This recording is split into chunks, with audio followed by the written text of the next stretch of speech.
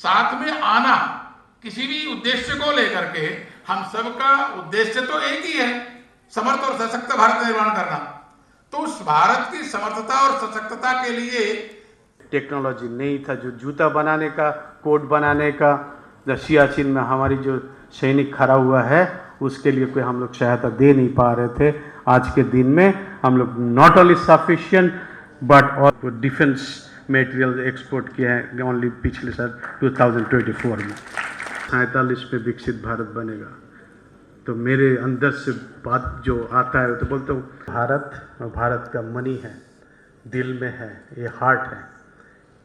यहाँ जो आपका भगवान ने बहुत संभार आपको दिया है, खनिज है, मिनरल्स है, इतना मिनरल्स जो हमें तो वही आवश्यकता है, ये मिनरल्स को आगे ले जाना है। इसीलिए डिटेल ये सब हमारी इस टीम ने एकत्रित किया है। तो रेगुलर वे में हम आपके साथ कनेक्ट रहना चाहते हैं।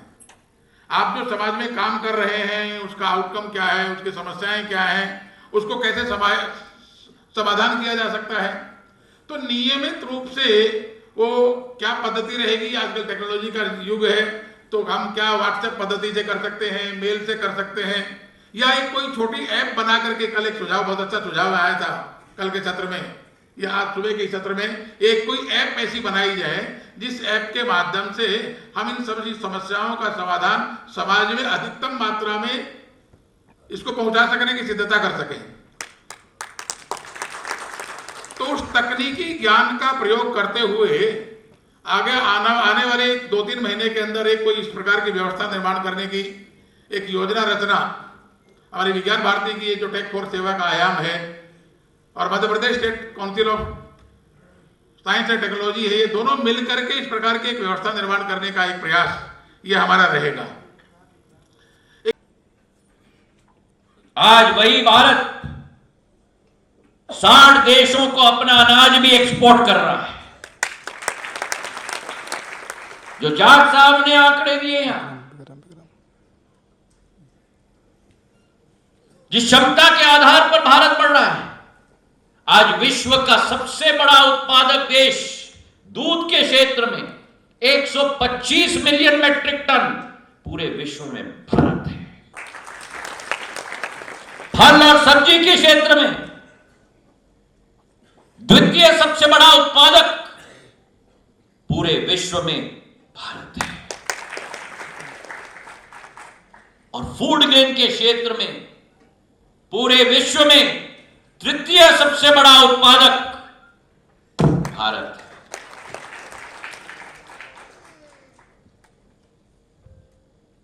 पर आज अनुसंधान की जरूरत है।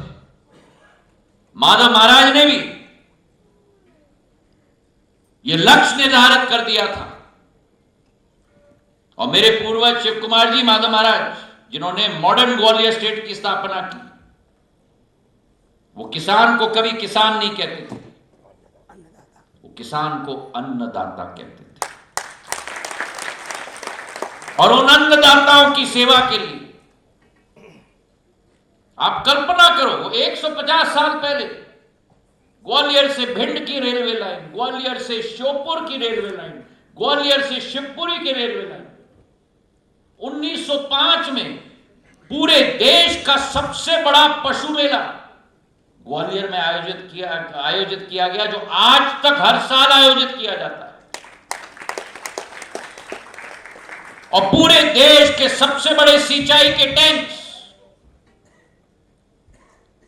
श्योपुर का औदा बांध हो, शिवपुरी का मणिखेड़ा बांध हो, ग्वालियर में हरसी और टिगरा बांध हो।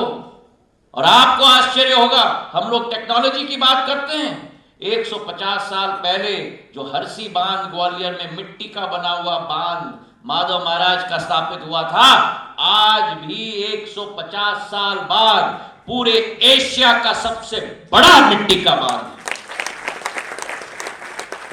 और ऐसा बांध बनाया है इंजीनियर्स के द्वारा जिसमें से एक बूंद पानी का भी रिसाव 150 साल में नहीं हुआ है।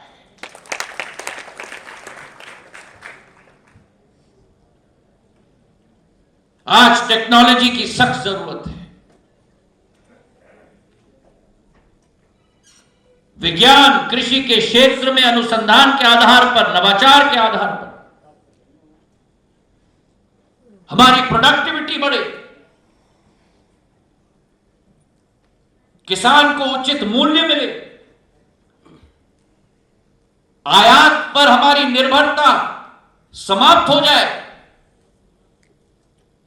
इस लक्ष्य की पूर्ति हमें करनी होगी। और कैसे किसानों को दूसरे उत्पादन के प्रति हम लोग आकर्षित करें, और जो उत्पादन बनता है, सबसे बड़ी बात आपने कही मांगीलाल जी, और मुझे खुशी है और आश्चर्य भी है कि आप साइंटिस्ट होने के नाते भी आप इकोनॉमिस्ट भी बन गए, कि साइंस की ओरिजिन होनी चाहिए मार्केट के आधार पर।